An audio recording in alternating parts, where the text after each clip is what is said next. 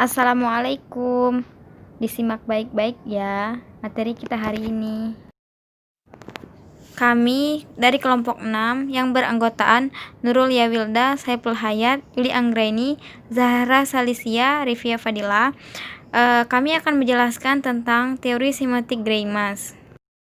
Baiklah, yang pertama-tama saya akan menjelaskan tentang biografi A.J. Greimas.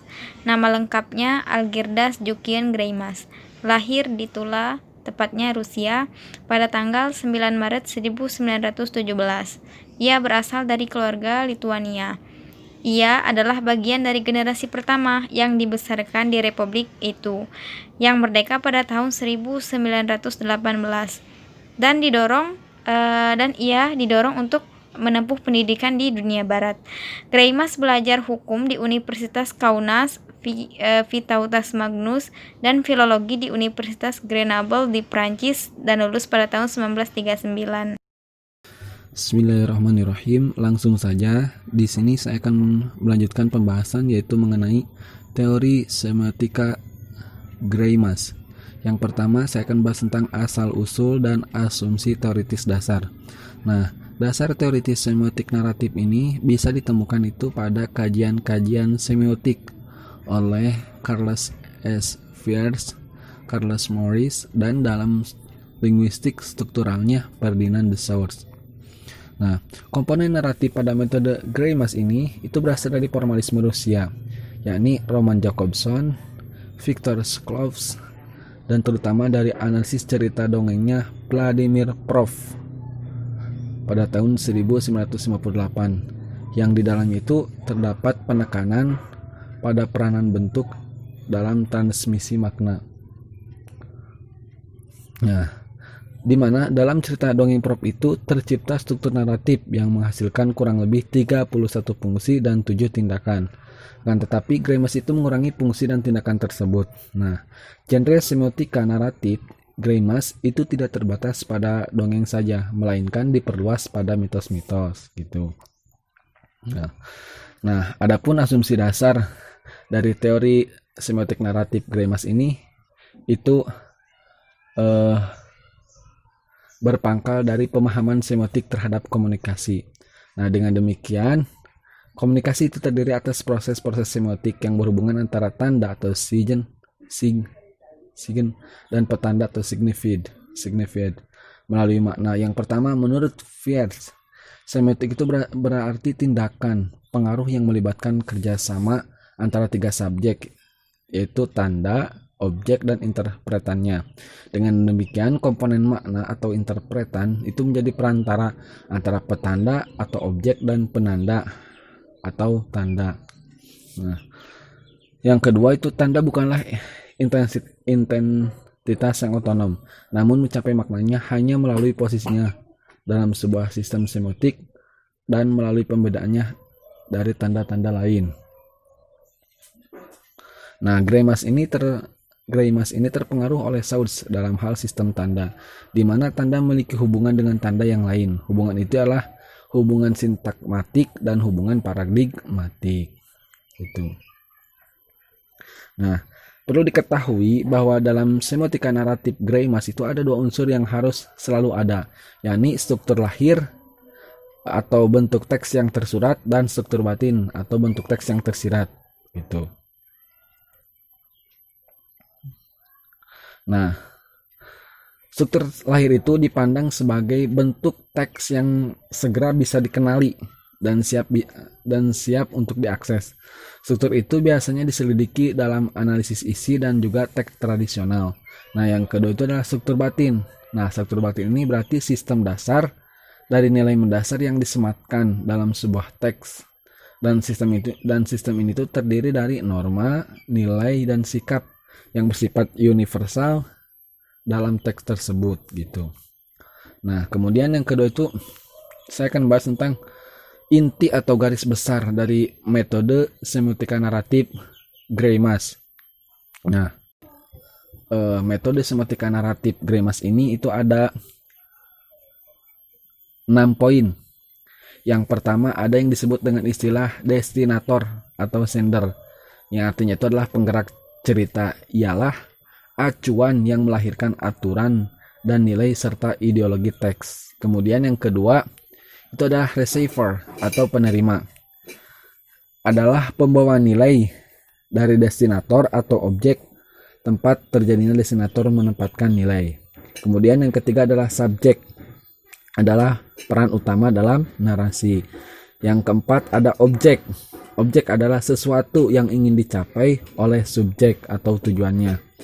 Nah, yang kelima ada yang disebut dengan istilah helper atau adjuvan atau pendukung. Ya, merupakan orang yang mendukung subjek dalam mencapai tujuannya atau objeknya. Dan yang terakhir ada yang disebut dengan istilah opposan atau traitor atau juga disebut juga sebagai penghambat, adalah orang yang menghambat subjek dalam mencapai tujuannya atau objeknya. Nah, untuk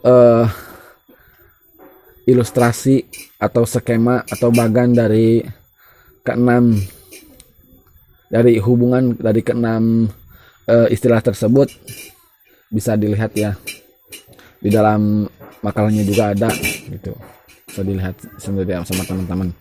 Nah, berdasarkan pemaparan diagram tersebut, ilustrasi bagan tersebut, Greimas itu menawarkan konsep three spheres of opposite, yakni yang pertama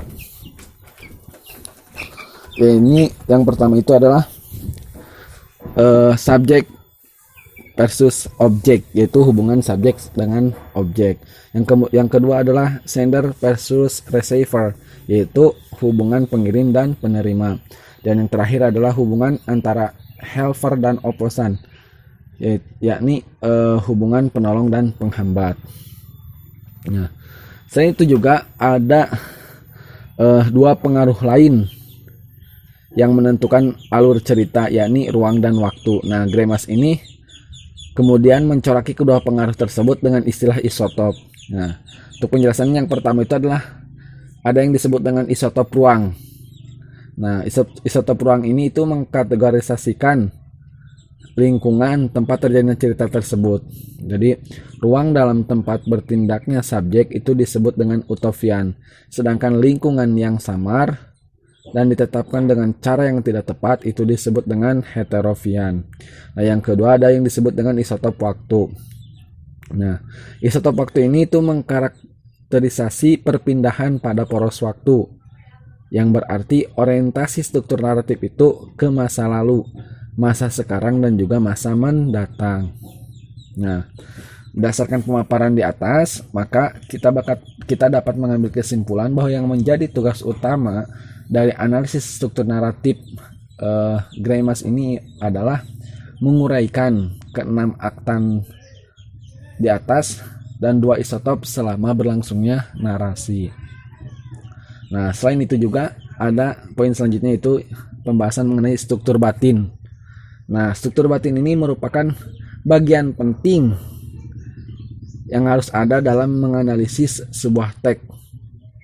Nah, struktur batin ini berfungsi untuk mengidentifikasi norma dan juga nilai dasar atau mencari makna terdalam dari sebuah teks. Nah, struktur batin ini itu disebut juga dengan istilah Greimas Semiotic Square. Adapun rumus struktur batin Greimas Semiotic Square ialah sebagai berikut. Itu ada tabelnya. Nah, kalian bisa baca sendiri tabelnya. Nah,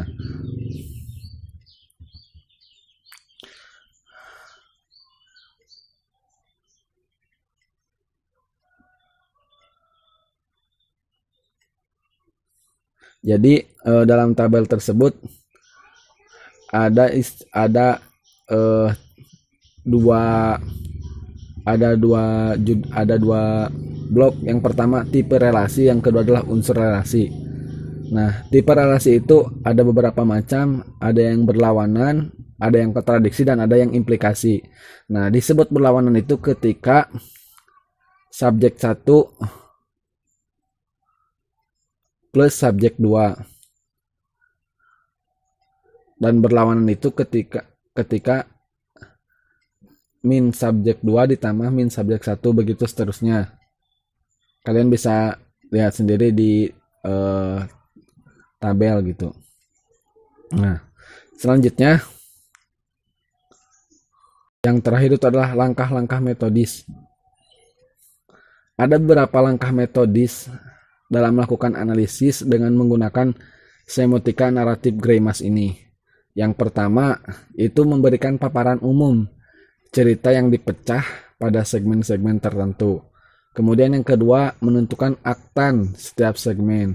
Yang ketiga membuat struktur fungsional teks. Yang keempat mencari hubungan antar aktan untuk menemukan aktan utama dari keseluruhan segmen. Yang kelima menentukan struktur lahir teks.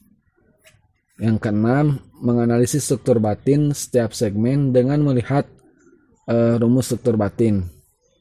Yang selanjutnya itu menentukan struktur batin secara keseluruhan. Dan yang terakhir yaitu adalah mengambil kesimpulan. Nah, mungkin cukup sekian yang dapat saya sampaikan. Terima kasih. Baik, bismillahirrahmanirrahim. Di sini saya akan menjelaskan mengenai aplikasi teori naratif J. Greimas kepada tafsiran Quran surat Al-Baqarah ayat 246 hingga 251. Nah, sebelumnya dijelaskan terlebih dahulu mengenai langkah metodis dalam melakukan analisis dengan menggunakan semiotik naratif J. Greimas. Di antaranya yang pertama, memberikan paparan umum cerita yang dipecah pada segmen-segmen tertentu. Kemudian menentukan aktan setiap segmen, di antaranya ada subjek, objek, oposan, dan lain-lain. Kemudian membuat struktur fungsional teks. Kemudian mencari hubungan antar aktan untuk menemukan aktan utama dari keseluruhan segmen. Selanjutnya menentukan struktur lahir teks. Yang selanjutnya menganalisis struktur batin setiap segmen dengan melihat rumus struktur batin yang telah dijelaskan di slide-slide sebelumnya. Kemudian menentukan struktur batin secara keseluruhan dan mengambil kesimpulan. Di slide selanjutnya ada terjemah dari Quran surat Al-Baqarah ayat 246 hingga 251 yang akan dikupas secara menggunakan pisau teori naratif J. Greimas, yakni tentang penafsiran kisah Tolut yang ada pada surat tersebut. Silahkan teman-teman untuk membaca terjemahannya terlebih dahulu.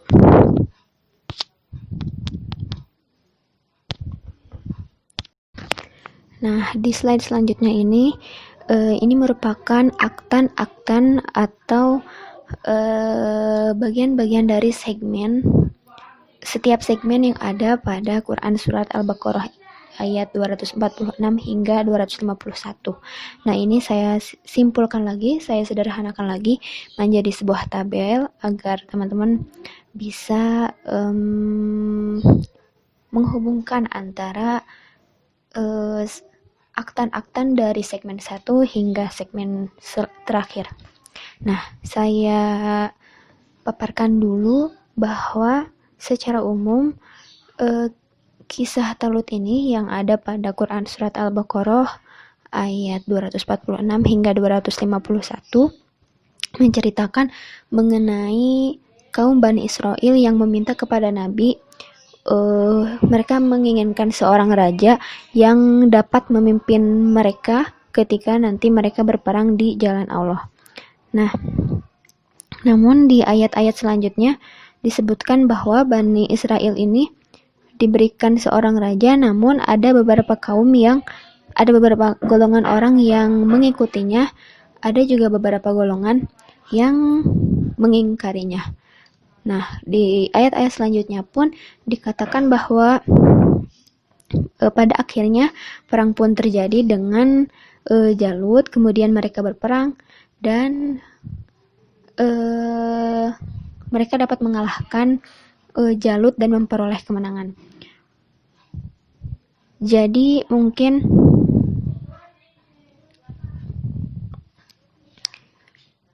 ini akan dipapas lebih lanjut lagi, akan menghasilkan maksud atau makna dari hadirnya Tolut ini dan dari kejadian runtutan-runtutan cerita yang ada pada Quran Surat Al-Baqarah ini.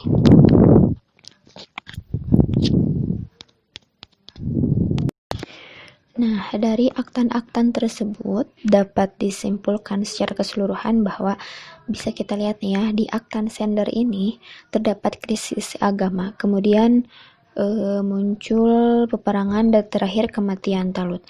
Ketiganya terhubung oleh kondisi historis saat itu, di mana yang terjadi tidak hanya krisis agama tetapi krisis sosiopolitik dan krisis moral juga.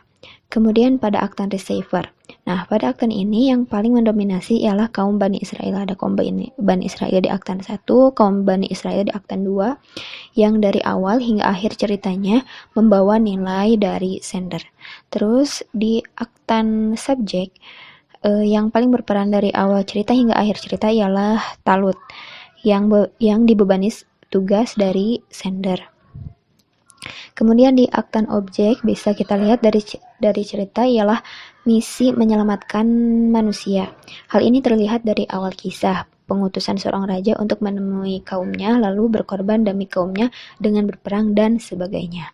Kemudian di aktan operan yang terlihat ialah bentuk sifat yang dapat menghambat subjek, yaitu keraguan dan kesombongan yang merupakan penyakit psikis seseorang. Nah, sedangkan di aktan helper ini ialah doa, keyakinan, dan ilmu yang datang dari si subjek yang kemudian akan memberi efek kepada seluruhnya. Nah, di slide selanjutnya, di sini digambarkan diagram mengenai kesimpulan atau gambaran keseluruhan dari kisah Tolut dari Quran Surat Al-Baqarah ayat 246 hingga 251. Nah, teman-teman, kita dapat lihat ya bahwa di sini ada satu kotak yang menjadi poin utama, yakni di situ tulisannya ada Talut. Nah, Tolut ini merupakan sebagai subjek.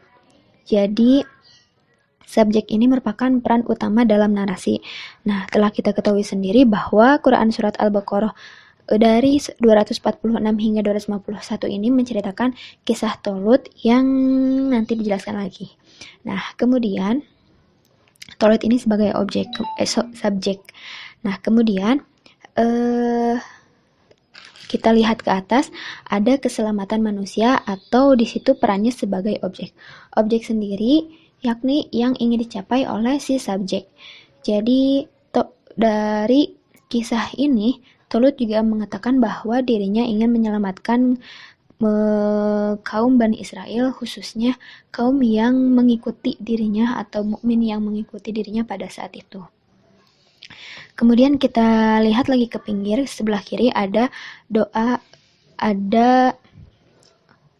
sebelah kiri atas ada kondisi sosiopolitik religi kaum Bani Israel merupakan di sini berperan sebagai sender atau penggerak cerita. Jadi tadi subjeknya sudah diketahui ya, ada Talut, dan penggerak cerita atau acuan yang melahirkannya cerita ini adalah kondisi sosiopolitik religi kaum Bani Israel yang membutuhkan atau meminta kepada nabinya untuk adanya seorang raja yang dapat memimpin mereka untuk berperang di jalan Allah. Namun pada kenyataannya, kita lihat lagi pada kenyataannya ada golongan yang mengikuti Tolut, ada golongan yang mengingkari Tolut sendiri. Yang pada akhirnya di sini tuh kemudian ada kaum Bani Israel itu berperan sebagai receiver atau penerima, yakni pembawa nilai dari destinator atau objek tempat destinator menempatkan nilai.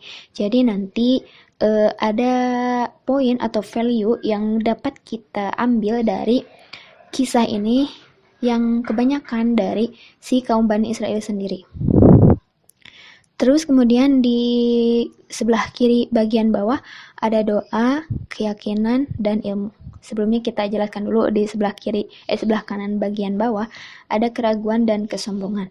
Nah, ketika Talut ini sudah menjadikan dirinya sebagai raja, kemudian mereka memimpin peperangan pada saat itu, karena ada golongan yang mengingkari Talut ini, itu disebabkan oleh keraguan dan kesombongan yang muncul pada kaum Bani Israel sendiri. Keraguan dan kesombongan ini berkedudukan sebagai oposan atau traitor atau penghambat, yakni menghambat subjek untuk mencapai tujuannya.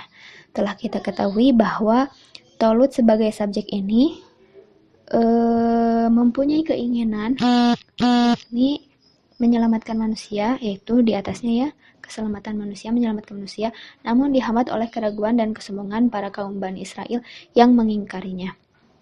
Namun pada akhirnya atas doa, keyakinan, dan ilmu yang ada di sebelah kiri bagian bawah, itu berkedudukan sebagai helper atau pendukung, perannya sebagai pendukung subjek mencapai tujuannya. Nah, atas doa, keyakinan, dan ilmu yang ada pada diri Talut dan yang ada pada pengikut Talut, yang pada akhirnya pada peperangan tersebut kaum Bani Israel yang mengikuti Talut ini memenangkan peperangan bersama Jalut, dan akhirnya mereka terselamatkan. Begitulah kurang lebih kisah umum secara umum dari kisah Talut dari Quran Surat Al-Baqarah ayat 246 hingga 251. Baik, di slide ini dijelaskan mengenai struktur batin dari kisah Talut Quran Surat Al-Baqarah ayat 246 hingga 251. Teman-teman bisa melihat tabel yang ada pada slide tersebut. Nah, di sini secara umum struktur batin yang dapat ditangkap dari teks Quran yang berbicara tentang kisah Talut ini, yakni mengenai bagaimana ayat tersebut menggambarkan semangat seseorang dalam menggapai suatu usaha, antara lain keinginan, ambisi, bertarung, berjuang, dan berakhir bahagia. Meminjam bahasa psikologi, terdapat gejala kemauan atau konasi, di mana dalam hal ini adanya suatu fungsi jiwa untuk mendapatkan sesuatu yang merupakan kekuatan dari dalam dan terrealisasi dari luar sebagai gerak-gerik. Gejala kemauan juga berhubungan dengan pikiran dan perasaan. Kita lihat bahwa dari aktan-aktan yang ada pada slide-slide sebelumnya, dapat dikatakan bahwa unsur psikologis ayat menggambarkan proses seseorang saat berada pada posisi kejiwaan tertentu yang dalam hal ini mengalami gejala kemauan. Gejala ini mengakibatkan jiwa seseorang terdorong untuk memenuhi hasrat dan keinginannya, baik dorongan, mempertahankan jenis maupun mengembangkan dirinya, yang kemudian melakukan tindakan baik yang reflektif maupun disadari. Usaha yang dilakukan oleh Talut jelas mengilustrasikan tindakan yang disadari juga yang dilakukan oleh Bani Israel yang bertindak semaunya. Bahkan menurut Said Hasan Basri, tindakan itu tidak hanya terkait dengan aksi konasi, tetapi juga afeksi atau emosi yang dalam kasus kisah Talut ini terjadi pada kaum Bani Israel. Selain itu juga, unsur lain yang terdapat dalam kisah ini adalah yakni adanya pewarisan budaya yang terjadi pada Bani Israel itu sendiri, baik watak dan kepribadiannya, yang terus saja turun-menurun dari generasi satu ke generasi setelahnya. Yang terjadi dalam kasus itu ialah transfer budaya yang Bani Israel lakukan dari kedatangan satu nabi hingga pada nabi setelahnya. Dari satu penguasanya, watak keras kepala dan semuanya sendiri, itulah yang mereka wariskan dan mereka budayakan pada kaumnya, yang akhirnya Talut ini menjadikan yang akhirnya beberapa golongan dari mereka ada yang mengingkarinya, ada juga yang mengikutinya. Baik teman-teman, jadi penjelasan mengenai aplikasi teori semiotik naratif C. Greimas pada Quran Surat Al-Baqarah ayat 246 hingga 251. Terima kasih. Sampai segini dulu materi yang dapat kelompok kami sampaikan. Kurang lebihnya kami mohon maaf. Semoga materi kali ini yaitu tentang teori semiotik A.J. Greimas bermanfaat buat kita semua. Akhir kata kami ucapkan Assalamualaikum warahmatullahi wabarakatuh.